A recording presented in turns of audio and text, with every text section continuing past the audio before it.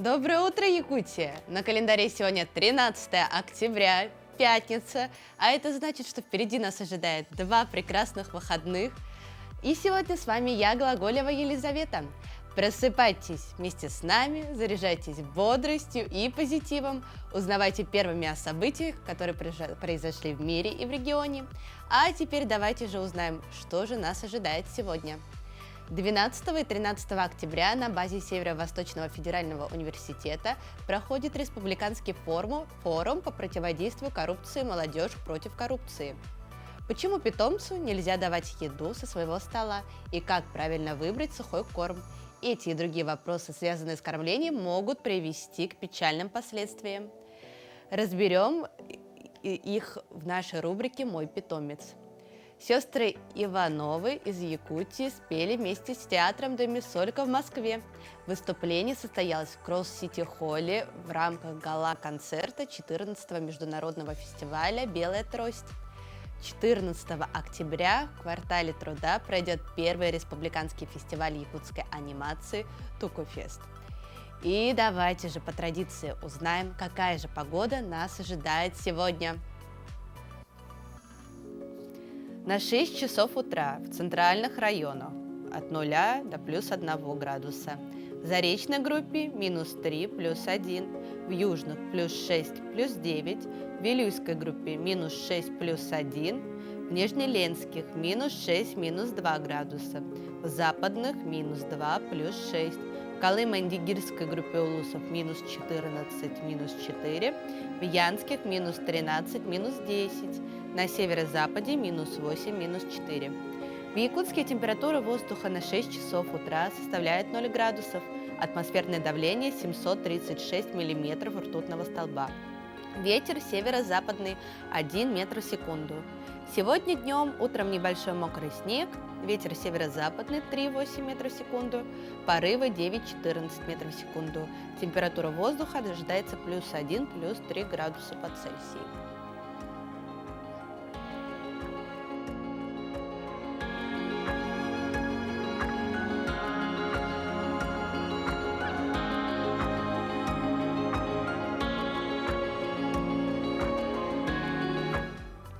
Ну а гимнастика помогает проснуться, привести себя в рабочее состояние и зарядиться энергией. Даже небольшая, но регулярная физическая нагрузка продолжительно повлияет на тонус мышц, пищеварительный тракт и кровообращение. Активность будет полезна любому человеку. Насыщенная организмом кислородом, можно замедлить процесс старения. Особенно полезна зарядка на свежем воздухе. Доброе утро, дорогие телезрители! Меня зовут Валерия Олесова, и я являюсь абсолютной победительницей игры «Манчары» по якутским прыжкам. Сегодня я вам покажу несколько базовых упражнений, чтобы быть всегда бодрым и держать свое тело в тонусе. Первое упражнение. Исходное положение, ноги врозь, руки на пояс. Выполняем круговые вращения головой. Начали. 1, 2, 3, 4. В другую сторону. 1, 2, 3, 4. 1, 2, 3, 4. И 1, 2, 3. Закончили. Второе упражнение. Исходное положение также ноги врозь. Поднимаем правую руку наверх и делаем рывки руками назад. Начали. 1, 2, 3, 4. 1, 2, 3, 4. 1, 2, 3, 4 и 1, 2, 3. Закончили. Третье упражнение. Также исходное положение. Ноги врозь, руки на пояс. Выполняем наклоны направо и налево. Начали. 1, 2, 3, 4. 1, 2, 3, 4 и 1, 2. Закончили.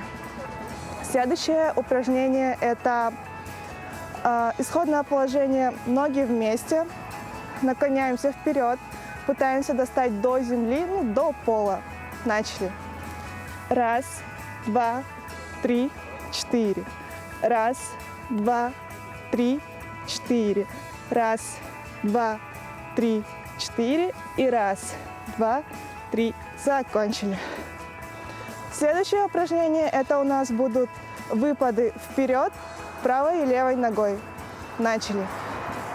1, 2, 3, 4. 1, 2, 3, 4. Закончили. На этом, дорогие телезрители, я с вами прощаюсь и желаю вам отличного дня. Пока! Дата события уникальна для каждого года. В 2023 году это дата 13 октября. Какие знаменательные даты и события произошли в этот день, узнаем прямо сейчас. На календаре 13 октября и в этот день отмечают Международный день по снижению риска бедствий. По народному календарю в этот день отмечается память Михаила, святого Русской Православной Церкви. На Руси был интересный обычай. В день Михаила молодые девушки сжигали свои соломенные постели. По соломе, вытрясенной из матраса, сулили о здоровье его владельца.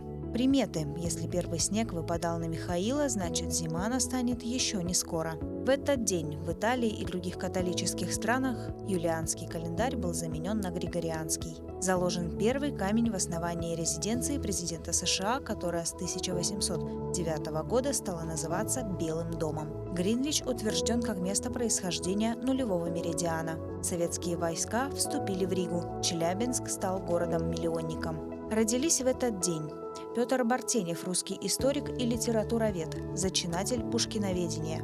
Саша Черный, русский поэт и прозаик, эмигрант. Энжени Каттон, французская женщина-физик, основательница Международной демократической федерации женщин. Вадим Матросов, советский военачальник, генерал армии, герой Советского Союза. Маргарет Тэтчер, 71-й премьер-министр Великобритании. Саша Барон Коэн, британский комедийный актер, обладатель премии Грэмми. Пол Пирс, американский баскетболист, чемпион NBA. Именины празднуют Александр, Александра, Алексей, Василий, Вячеслав, Григорий, Леонид, Матвей, Михаил, Петр, Полина, Семен. Сестры Ивановы из Якутии спели вместе с театром «Домисолька» в Москве. Выступление состоялось в Крокус-Сити-Холле в рамках гала-концерта 14-го международного фестиваля «Белая трость». Ежегодно это событие собирает талантливых детей с нарушением зрения со всей страны России и стран СНГ. В этом году это более 70 юных артистов. О выступлении якутянок расскажет Айсена Бурнашова.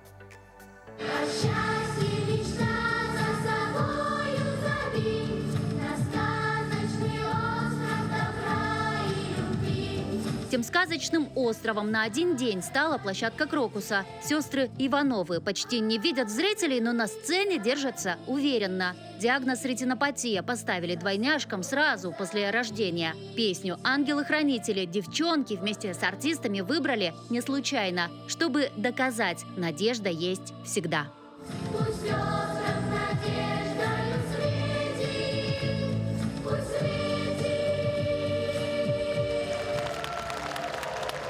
В 8 лет мы начали в вокал ходить. Нет, в 7. Так 7 или 8? 8. Анжелике и Ангелине по 9 лет. Они учатся в коррекционной школе Якутска. На гала-концерт сестры попали, пройдя многоэтапный отбор. Для девочек, как и для десятков других детей с нарушением зрения, фестиваль – это возможность найти свой жизненный путь. «Белая трость» призван поддержать особенных детей.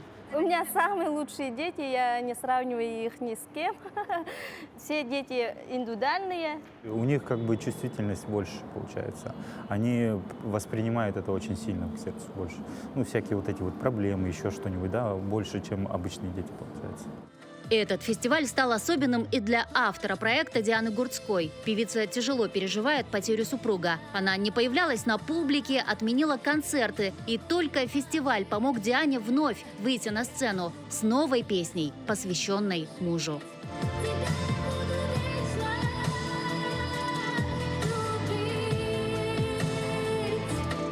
Это такое, знаете, счастье, когда я вижу этих детей, какие они целеустремленные. Поверьте мне, что я у них тоже многому учусь. Фестиваль, как добрая традиция, уже в 14-й раз помогает детям осуществить мечту – выступить со звездами. Сосо Павлиашвили, Ольга Кормухина, Александр Буйнов, Анита Цой. Вместе с ними на сцену вышли более 70 детей. Кстати, новогодняя атрибутика в кадре не просто так. Полная запись концерта выйдет в праздничные выходные января 2024 года. Айсена Бурнашова, Виктор Олесов, Москва. Дорогие телезрители, а у нас для вас прекрасная новость. 14 октября в квартале труда пройдет первый республиканский фестиваль якутской анимации «Тукуфест». Всех посетителей ждет знакомство с создателями якутской анимации, мультиков, конкурсы, лекции, мастер-классы, презентации новых якутских мультфильмов, интерактивные игры, якутские национальные игры, аниматоры, выступления и, конечно же, многочисленные конкурсы. Приходите и станьте частью масштабного проекта. Подробнее о фестивале на сайте tukufest.ru или QR-код на экране.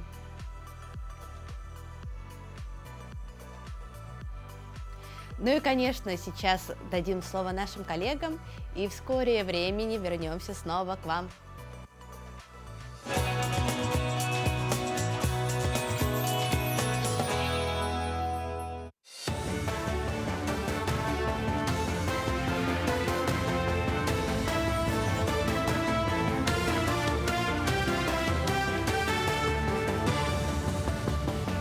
Доброе утро, Якутия. Сейчас новостной блок. Авиакомпания «Полярные авиалинии» снизила тарифы на рейсы в столицу республики из Тикси, Алекминска, Батагая и Среднеколымска. Так, теперь по маршруту Тикси-Якутск цена билета составит 23 тысячи рублей ровно. Якутск-Алекминск и обратно 14 тысяч рублей. Батагай-Якутск 17 480 рублей. Также Среднеколымск-Якутск 33 300 рублей. Даты вылетов по специальным тарифам с 11 октября по 30 ноября текущего года. В Якутии завершается навигация. Полностью окончить завоз жизнеобеспечивающих грузов в районе республики планируют до 15 октября.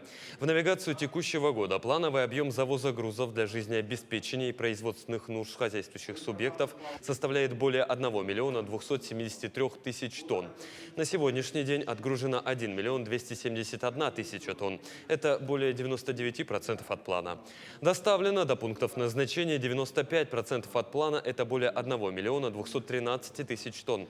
Отмечу, что практически все доставляемые грузы отгружены. На особом контроле находится нашим министерством завершение навигации на реках Яна и Анабар. Стоит отметить о том, что последние груза уже сегодня доставлены. Сейчас идет отгрузка полных объемов на реке Яна. Это в Нижнеянске уголь, порядка там 5000 осталось, и остался река Анабар. Это объемы алмазов Анабаров, это производственно-технического назначения груза, ну и до 15 числа планируют завершить. Лучших наставников выявили в Якутии. Так, в регионе прошел конкурс «Лучшие практики наставничества», в котором приняли участие 11 предприятий из разных сфер деятельности. Победителей определили по 3 номинациям. Это профессиональное развитие молодежи, лучшие практики наставничества по повышению производительности труда, а также наставничество в социальной сфере. Конкурс проводился в рамках нацпроекта «Производительность труда». Он проводится уже 3-й год. Победители регионального этапа получают возможность принять участие во всероссийском конкурсе лучших практик наставничества. Работаю уже 29 лет практически в авиации. И волей случая оказался победителем в номинации «Наставник». Могу сказать только одно, что это очень важное и полезное дело, которое поддерживается на уровне правительства. Вот именно поддержка традиций, передача опыта очень много значит именно для развития любой отрасли. В Якутске проходит первый чемпионат по креативным индустриям «Аяру-Стар». Соревнования проходят по 10 компетенциям, среди которых цифровой модельер, дизайн, модной одежды, аксессуаров, фото, графический дизайн и многое другое. Участники чемпионата разделены на 5 групп, которые работают в связке. В финале чемпионата должны представить законченный проект. Оценивают работу студентов эксперты, специалисты в различных областях креативной индустрии. Кроме соревнований, студенты проходят мастер-классы, лекции и семинары. Помимо студентов якутских СПО в чемпионате принимает участие и студентка из Ханты-Мансийского автономного округа. Победители чемпионата будут объявлены уже в это воскресенье. Ехала по компетенции фото. Меня сюда пригласили как активную студентку. Вот, в своем колледже я также фотографирую. Это репортажные съемки, какие-то съемки, которые у меня просят отдельно. Я была вообще только за, потому что это, во-первых, путешествия, новые эмоции, новые лица, знакомства.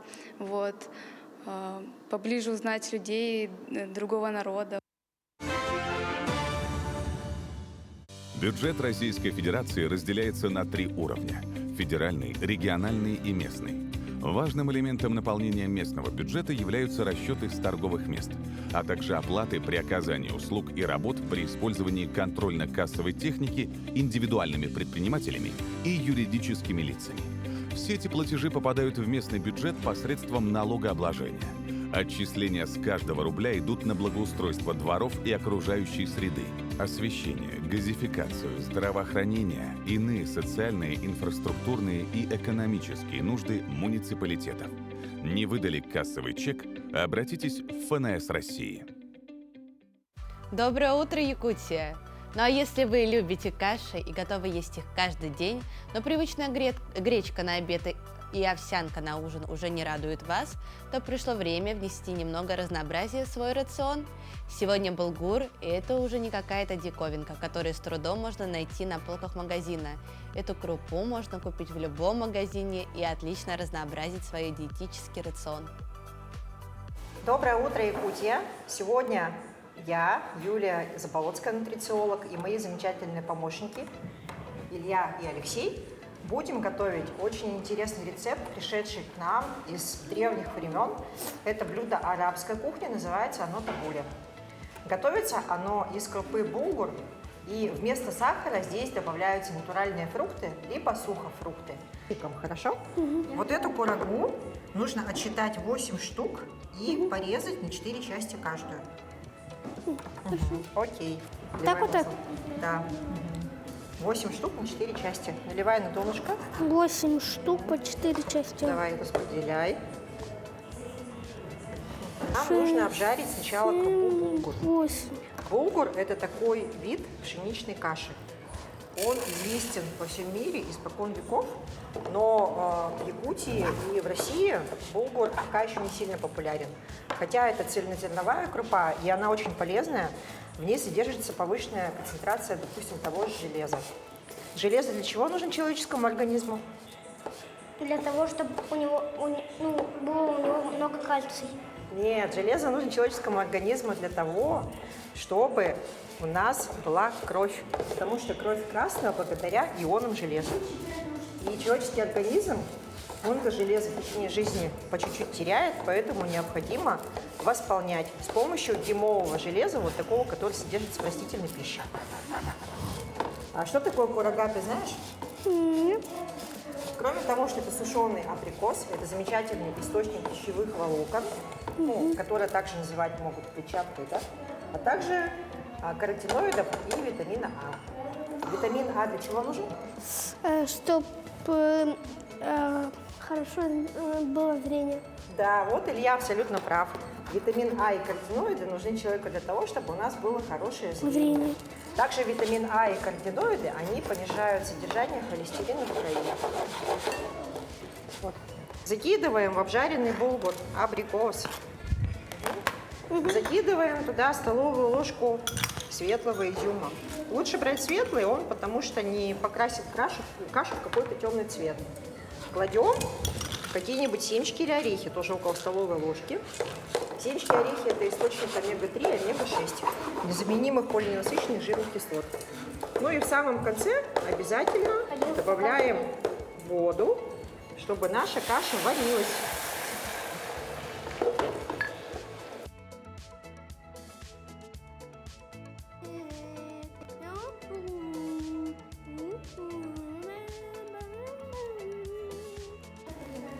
Наша каша готова.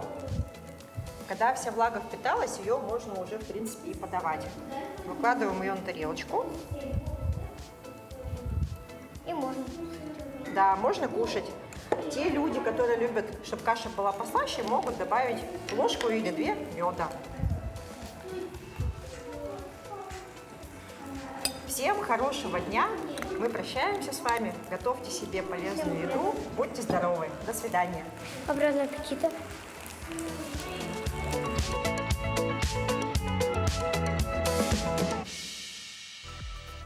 В Центре культуры и духовности города Нерюнгри стартовал новый творческий сезон. В этом году он будет юбилейным, так как в мае следующего года учреждение отмечает 25-летие со дня своего открытия. Все эти годы Центр был и остается местом притяжения жителей города. Здесь проходят все праздники, торжественные собрания и самые важные события всего Нерюнгринского района.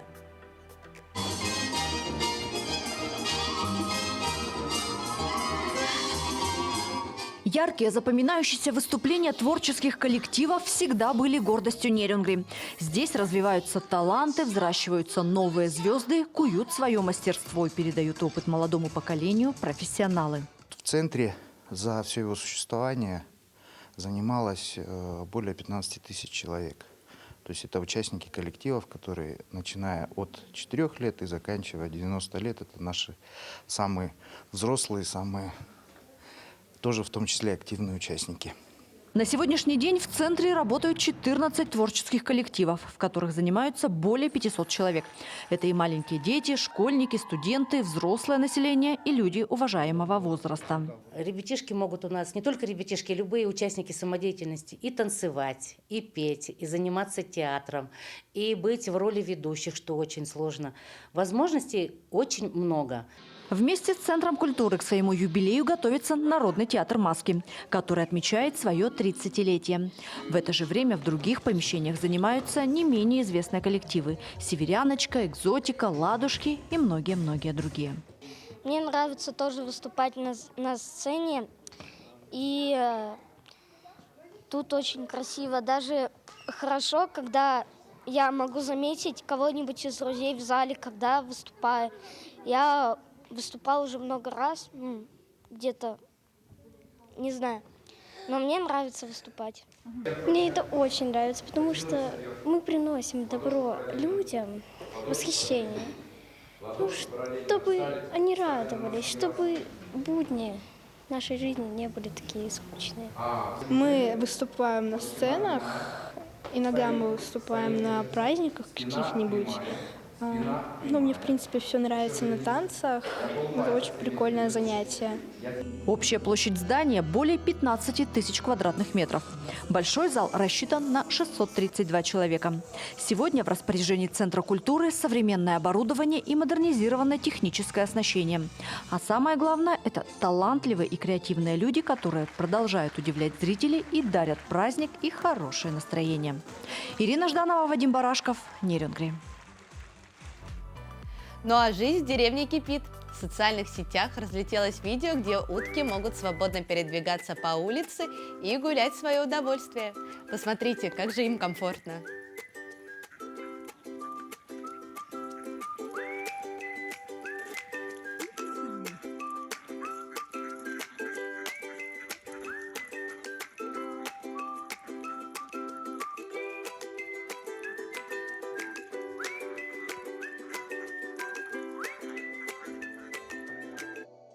А наша рубрика «Мой питомец» продолжает рассказывать о домашних питомцах. Собаки породы американский стаффордширский терьер отличаются крепким и атлетическим телом. Благодаря этому они производят впечатление сильных и выносливых животных, но в то же время не лишены изящества. Доброе утро, уважаемые телезрители! Сегодня со мной вместе американский стаффорширский терьер, зовут ее Грета, и сегодня мы немножко поговорим об этой породе. Существует в быту мнение, что эта собака опасная, что эта собака агрессивная, и ее нужно как бы остерегаться. Сам по себе американский стаффорширский терьер – это собака-компаньон. То есть по стандарту она не должна проявлять агрессию ни на людей, ни на собак. И если вы хотите приобрести такую породу, то, естественно, нужно брать собаку с документами и отслеживать линии, чтобы не было никакой агрессии. Это такая же собака, как и все остальные. Если вы ее правильно воспитаете, это будет великолепный друг, компаньон, радость в доме. Если же вы не воспитаете, а собака достаточно активная, у кого-то это может уйти в суету, а у кого-то в агрессию. То есть неизвестно куда и как. Поэтому всегда говорю, зачем рисковать и выращивать непонятно что. Правильно возьмите собачку с документами и правильно вырастите собачку. Даже если вы вдруг подобрали собачку на улице бездомную, беспородную, это не говорит о том, что она будет какая-то дурная и там пугливая, либо агрессивная. То же самое. Берете и воспитываете, и тогда получаете великолепного друга. Зовут ее Грета, этой девочке 3 года. Очень умная собачка, очень смышленая. Сейчас собачка выдрессирована, сейчас собачка поведение откорректированное. Но предыдущая хозяйка, которая покупала собаку, совершенно не занималась. И у собаки были отклонения в ее поведении. То есть агрессия от страха присутствовала на людей, агрессия на собак. Сейчас практически у этой собаки это все трудом, дрессировкой, дисциплиной, все практически ушло. Она немножко недоверчивая осталась в незнакомой ситуации с незнакомыми людьми. Но никакой агрессии она не проявляет, ведет себя адекватно, просто внимательно наблюдает. То есть вот Грета – это яркий пример собаки, которую порода, вроде серьезная, которая достаточно испорчена предыдущими владельцами. И попав в правильные руки, уже во взрослом состоянии, год ей был, попав в правильные руки, собачка Грета, да, молодец, ведет себя адекватно. Сейчас она насторожена, потому что впервые видит камеру, как бы, и впервые находится в такой ситуации. Но при том слушается, управляемо, все внимание на меня, молодец. Что еще раз доказывает, что с собакой нужно заниматься. Собака – это не игрушка. Берете и несете ответственность. Минимум 8-10 лет она будет с вами жить. И если вы хотите удовольствие получать от общения с собачкой, с ней нужно заниматься. И потом уже получаете вот на выходе воспитанную, умную, красивую собачку. А на этом все. До встречи в следующем эфире. Образ жизни. Сегодня мы познакомим вас с уникальной семьей династии оленеводов Тарковых, которые в далекой местности Иемю занимаются разведением лошадей и ведет уединенный образ жизни.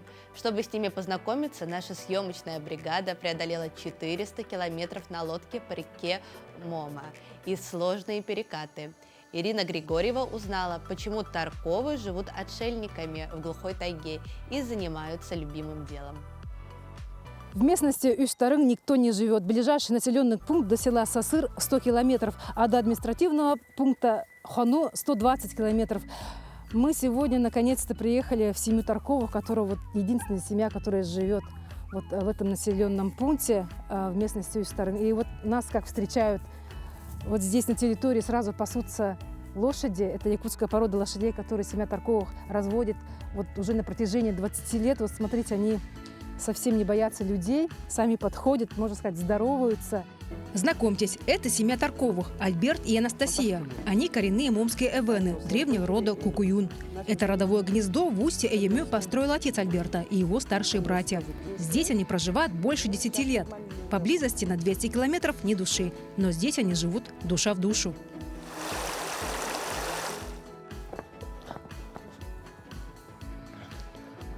Настя родом из поселка Кюнтек, с верховьев Амулевки Магаданской области. Поэтому Настю здесь называют магаданкой. В Сасыр – Чистай. Она приехала с дедушкой в 18 лет. И только здесь выучила якутский язык. 12 лет назад во время работы в оленеводческом стаде познакомилась со своим Аликом. С тех пор и живут.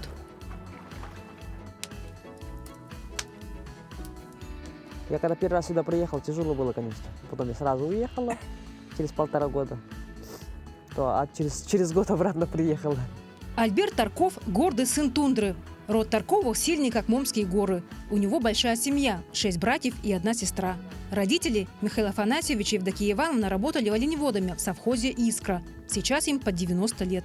Евдокия Ивановна работала воспитателем в детском саду. Отец, Михаил Афанасьевич, охотник, промысловик. Все свои знания родители передали детям, а они, в свою очередь, своим. У семьи Тарковых 6 детей, 16 внуков и больше 20 правнуков. Родословное древо Тарковых растет.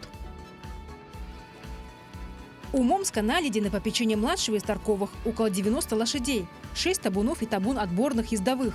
Тарковы признаются, к лошадям относятся как к своим детям. Может быть, поэтому они здесь особые, необычайно красивые.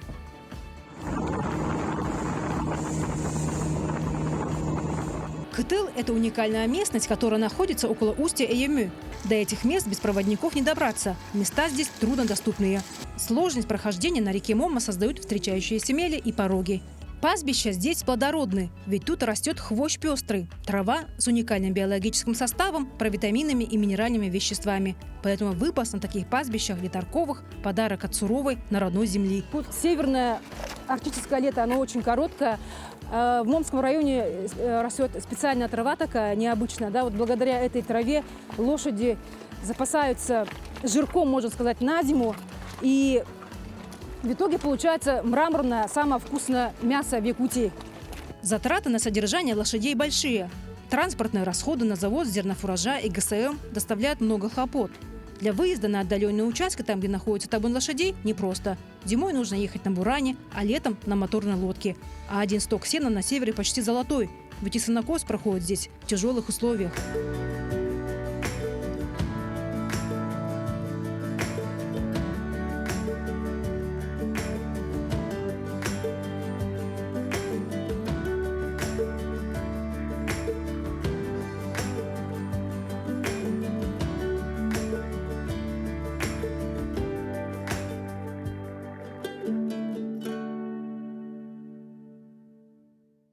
Семейный уклад в этом отдаленном месте не так уж далек от первобытного. Мужчина здесь охотник, а хозяйство на хрупких женских плечах. О таких, как Настя, здесь говорят просто. Есть женщины в овенских стойбищах. Настя и оленя на скаку остановит, и на буране съездит, и рыбку поймает. Тут, допустим, говорят, ну как вы без отпуска живете вот здесь с лошадьми, да? Это же образ жизни. Образ жизни это. Человек постоянно к этому привыкает. И, допустим, мы в поселке там от силы, может быть, месяц будем. А там уже все время думаешь, как они там, что с ними. И уже постоянно стремишься обратно. Они как дети же, как дети маленькие. Несколько лет назад Таркову установили спутниковые тарелки. Подключили слабый, но все же интернет. Теперь здесь есть цивилизация, шутят хозяева, и вспоминают. Раньше жили при свечах. Электричество появилось только 3 года назад.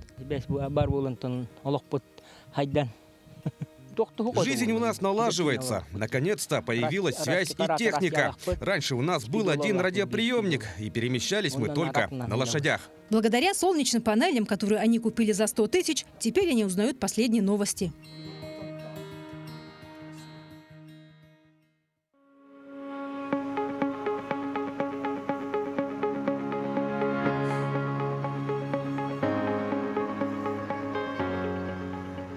Утро в местности Кытыл каждый день начинается одинаково. Настя идет за водой, чтобы вскипятить чайник. Завтрак и снова работать, следить за лошадьми. Признаются, ни разу не ездили в отпуск. Летом сенокос, осенью переезд в зимнюю базу, а с приходом весны переезжают уже в 3-ю. В этом году пытались участвовать в получении гранта, но не прошли.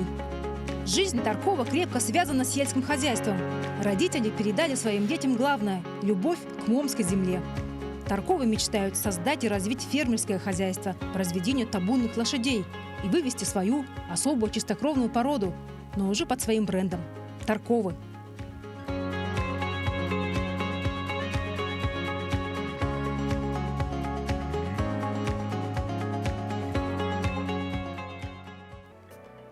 Ленинградская петербургская школа графики знакома каждому, кто знает и любит историю, культуру северной столицы. Что же подразумевает это понятие? Конечно, высокий уровень профессионализма и особый взгляд на мир. характер его осмысления, творческая и одновременно интеллигентная его интерпретация. За спинами современных мастеров графики Петербурга стоят известные имена художников мира искусства. С творчеством одного из них нас познакомит музейный гид. Временная выставка в Национальном художественном музее «Три графика» посвящена творчеству ярких представителей Ленинградской, Санкт-Петербургской академической художественной школы Леониду Башкову, Юлии Долецкой и Андрею Бодрову. Представитель молодого поколения Андрей Бодров, инженер по первому образованию, вошел в большое изобразительное искусство в 90-е годы прошлого века стремительно и ярко. Не тяготея к новаторским идеям, не приверженец модных течений, он бережно продолжает развивать традиции знаменитой графической школы Ленинграда-Петербурга. Андрей Бодров – художник-универсал, владеющий разными графическими техниками – афортом, акватинтой, пастелью, монотипией. Излюбленной техникой художника остается сухая игла, когда рисунок протравливается на металлической пластине стальной иглой, без процесса травления в кислоте. В 2000-е годы Андрей Бодров много и увлеченно работает в технике пастели. Эти удивительные рисунки представлены сегодня на выставке. Определение «тихая графика» как нельзя лучше подходит творчеству этого удивительного художника. В рисунках «Сиверская зимней ночью» художник как бы останавливает прекрасное мгновение, мимо которого человек проходит в суете жизни. И это не слепки с реальности, а материализация с помощью изобразительных средств его личных наблюдений и состояний души. Графические антиподы его инженерной деятельности. Сюжеты камерных пейзажей просты и непритязательны. Причудливое переплетение ветвей деревьев, тихо падающий снег, воздушный свет фонарей искренни и естественны. В них нет никакой вычурности и манерности. Несуетная и скромная красота завораживает. Зрителя охватывает чувство неимоверной легкости и в то же время щемящей грусти. В поисках новых графических форм и стилей художник черпает эмоциональные силы в природе. В лучших произведениях Андрея Бодрова есть то, что является функцией современного искусства. Они расширяют границы нашего видения, заставляют постигать окружающий мир с неким интеллектуальным усилием, находят отклик нашим этическим и эстетическим рефлексиям. 12 и 13 октября на базе Северо-Восточного федерального университета проходит республиканский форум по противодействию коррупции «Молодежь против коррупции», организаторами которой является первичная профсоюзная организация студентов университета, победителя гранта главы 2023 года. Данный форум объединяет 70 лидеров студенчества учебных заведений города Якутска. На форуме в первый день уже выступили спикеры федерального и региональных уровней, которые рассказали о коррупции и мерах ее противодействия, провели квизы ГРУ с участниками. А сейчас в рамках форума продолжается работа сессионных площадок, где участники готовят представить свои проекты на заданные им темы. Совсем скоро участники будут готовы представить проекты, и призовой фонд составляет 100 тысяч рублей. И сегодня у нас в гостях Сергей Зенин, директор Института государства и права, проректор Тюменского государственного университета, и Илья Жирков, консультант отдела профилактики коррупционных и иных правонарушений управления при главе Республики Саха-Якутия. Доброе утро. Доброе утро. Расскажите, где же проходит форум у вас? Доброе утро. У нас, вот как вы сказали, на различных площадках Северо-Восточного федерального университета проходит форум. Вчера были мероприятия в культурном центре «Сергелявские огни», в главном учебном корпусе это зал «Синергия» и центр студенческих инициатив. У нас на форуме участвует более 500 молодежи. Это целевая аудитория у нас получается студенты среднеспециальных и высших учебных заведений, молодые специалисты Северо-Восточного федерального университета и молодые государственные гражданские служащие. А какие же впечатления от первого дня форума? Хороший форум, активные участники, молодежь, много задают вопросов. Иногда вопросы непростые, которые требуют углубиться в саму материю, которую мы обсуждаем. Но коррупция сама по себе явление непростое, сложное и очень опасное. Потому что вроде бы одно какое-то негативное явление, но которое тянет за собой огромные социальные последствия. И поэтому очень приятно, и, наверное, это отличительная черта форума, что молодежь активно включена и в обсуждение этих явлений, да, и всевозможных проявлений коррупции. И, конечно, она находится в позиции такого социально активного актора. То есть, действительно, они понимают и хотят принять участие в решении этой важной социальной проблемы. А насколько вовлечены участники, как вы считаете? Мне кажется, что сам формат форума, он позволяет разную глубину погрузиться в его работу. То есть есть форматы, где ты активный слушатель, можешь задавать вопросы, участвовать в обсуждении. Но, безусловно, сильной стороной форума является то, что сами участники имеют возможность участвовать в проектировании различных решений. И те проектные площадки, которые работают в форуме, они, конечно, ставят участников в проактивную позицию. Мы все знаем, что наиболее качественно усваивается любая информация, если ты делаешь руками. Руками, да. Да, у Конфуция даже когда-то была такая замечательная пословица: «Расскажи мне, я забуду, покажи мне, я забуду. Сделай со мной, и я запомню это навсегда». Мне кажется, вот одним из таких скрытых девизов, который не рефлексирован сегодня, может быть, является то, что мы делаем вместе.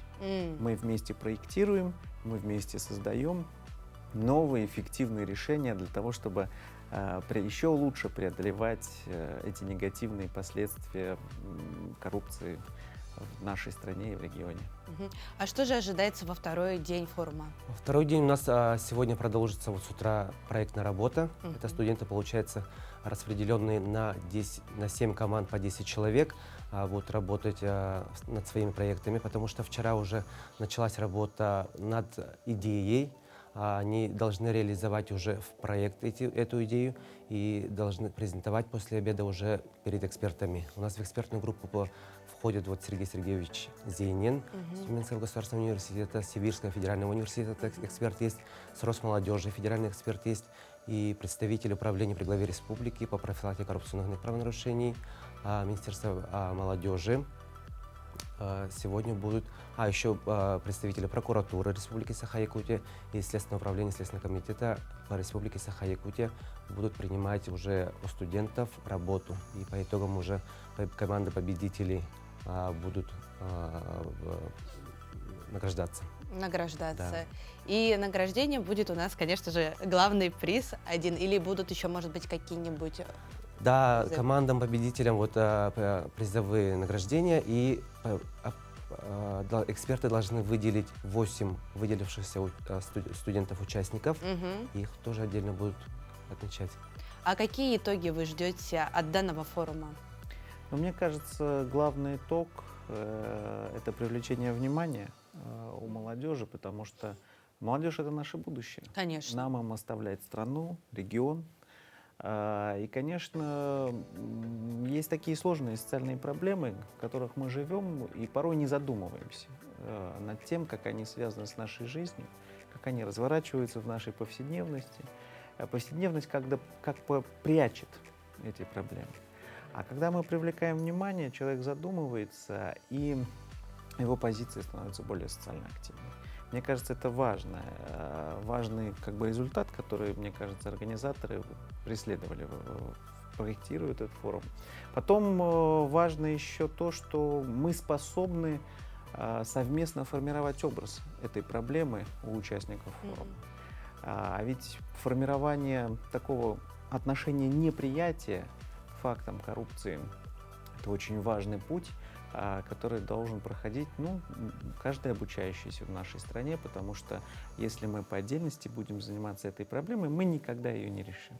А если мы вместе, в едином порыве, молодежь, более старшие поколения, передавая опыт, передавая лучшие практики жизни, мы сможем создать благоприятные условия, способствующие устранению этого негативного социального явления. Да, действительно. Мы, получается, вот молодежи доступными языком, методами в рамках форума передаем и знания, и опыт, да, делимся с опытом. И хотим, чтобы молодежь уже в последующем, она взяла в себя эти знания и уже использовала в становлении, в развитии как личности, и уже в продвижении своих идей, чтобы они не боялись высказываться, они должны еще знать свои права, обязанности. В последующем они же все будут специалистами, кто-то будет уже в руководящих должностях в последующем, да, и они все должны уже знать, как бороться с коррупцией и какие последствия могут повлечь коррупционные проявления, да, и в целом для и органов госвласти, для органов местного самоуправления, для предприятия, в целом даже для региона, государства. В этом плане они должны быть уже вооружены. И хочется отметить, что вот те креативные идеи, у нас же молодежь очень прогрессивная, активная, участвует, да, и те идеи, креативные идеи, вот мы обязательно вот управление возьмет вооружение, а в последующем в профилактической работе они будут уже использованы. Спасибо вам большое за такую прекрасную беседу. Вам, конечно, хочется пожелать удачного форума, положительного завершения. Пусть участники возьмут максимально из этого форума, что могут, и знаний, и, конечно же, победы. А вам лично, конечно, хочется пожелать удачного дня и также счастья. Спасибо, взаимно. А сейчас мы дадим слово нашим коллегам, и в скором времени снова к вам вернемся.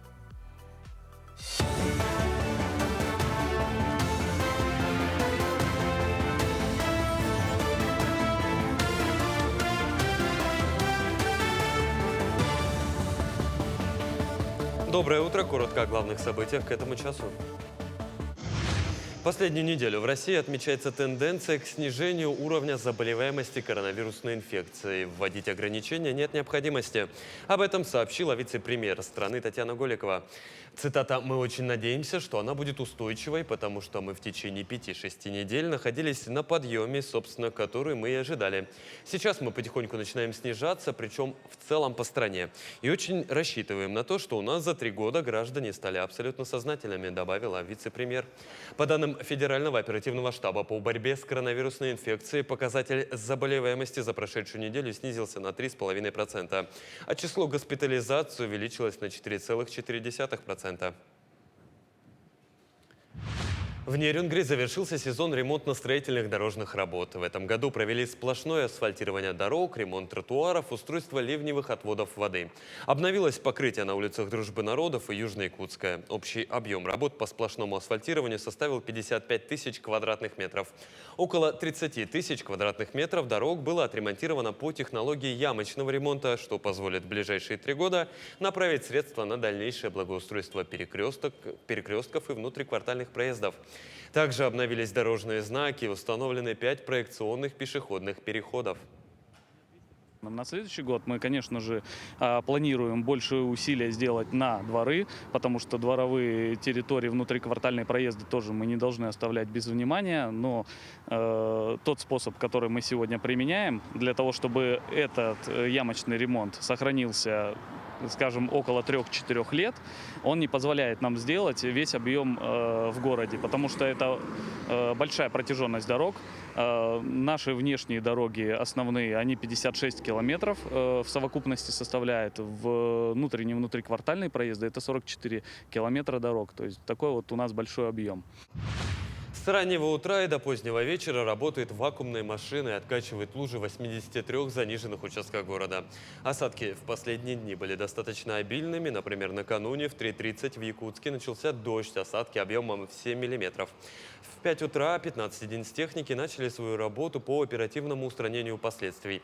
По последним данным, 12 октября было откачано более 600 кубометров воды. В целом, за этот год с улично-дорожных сетей было откачано примерно на 4000 кубометров больше, чем за прошлый год. У нас есть 83 заниженных мест. Это именно участки дорог, на которых скапливается вода. Мы их все знаем, контролируем. И перед тем, как машина выйти на рейс, составляется маршрут. Логист делает маршрут, и каждая машина работает по маршруту. То есть один маршрут по несколько раз обрабатывается до тех пор, пока лужа полностью не откачается. Все это дело контролируется мониторингом ГЛОНАСС. То есть мы в режиме онлайн смотрим, где машина находится, как работает, через сколько она откачала, ну и через сколько она сливается. То есть все идет согласно плану. В Нижнеколымском районе Якутии госинспекторы особо охраняемых природных территорий засняли семейство белых медведей. Об этом сообщила дирекция биологических ресурсов особо охраняемых территорий и природных парков. Напомню, недавно в этом районе провели самую настоящую медвежью перепись. С помощью беспилотников посчитали белых медведей, обитающих в заповеднике Медвежьи острова. Количество краснокнижных хищников предварительно составило более 150 особей. На этом все. Хорошего дня и до встречи в дальнейших эфирах. Ну а сегодня пятница, 13 октября, а это значит что? Что в скором времени выходные. И на этом я хочу закончить наш эфир и пожелать вам прекрасных выходных. Проводите его с пользой, выходите на улицу или просто отдыхайте от тяжелых рабочих будней.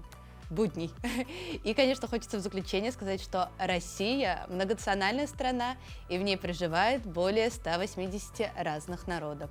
У каждого народа есть своя культура и традиции, которые передаются из поколения в поколение. Сила России в дружбе народов. А пока мы едины, наша страна сильна и неразрушима. И следующая музыкальная композиция этому доказательство.